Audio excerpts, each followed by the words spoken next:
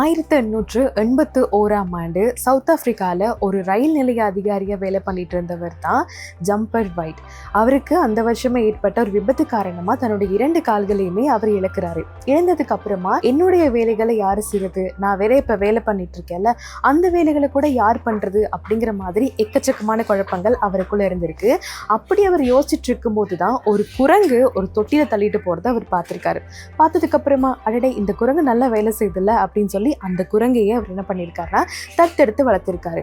காலப்போக்கில் அந்த குரங்கு அவருடைய வேலைகளை மட்டுமே இல்லாமல் அவர் பார்க்குற ரயில் நிலைய வேலைகளை கூட பார்க்கறதுக்காக ஆரம்பிச்சிருக்கு. ரயில் நிலைய வேலைகளை பார்த்துட்டு இருந்த காலகட்டத்தில் அந்த அதிகாரிகள் எல்லாமே வந்து இந்த குரங்கு நல்லா தானே வேலை பண்ணுதுன்னு சொல்லி அந்த குரங்குக்கும் அங்கேயே ஒரு வேலையும் ஏற்பாடு பண்ணி கொடுத்துருக்காங்க. கிட்டத்தட்ட 9 வருடங்களா இந்த குரங்கு அங்க இருக்கிற வேலைகளை எந்த விதமான குறையும் இல்லாம செஞ்சிருக்கு. கடைசியா 1890 இந்த குரங்கு இறந்ததுக்கு அப்புறமா இந்த குரங்கினுடைய மண்டையோட சவுத் ஆப்பிரிக்கால இருக்கிற எல்பர்டிங் அப்படிங்கிற மியூசியத்துல எல்லாருடைய பார்வைக்காக வச்சிருக்காங்க. இந்த ஒரு விஷயத்துல இருந்து நம்ம வாழ்க்கைக்கு நம்ம எடுத்துக்கக்கூடிய விடயம் என்ன அப்படின்னா, எந்த ஒரு வேலையையுமே குறையில்லாம செஞ்சோம் அப்படின்னா நமக்கான அங்கீகாரம் நம்மளை தேடி வரும் அப்படிங்கிறது தான்.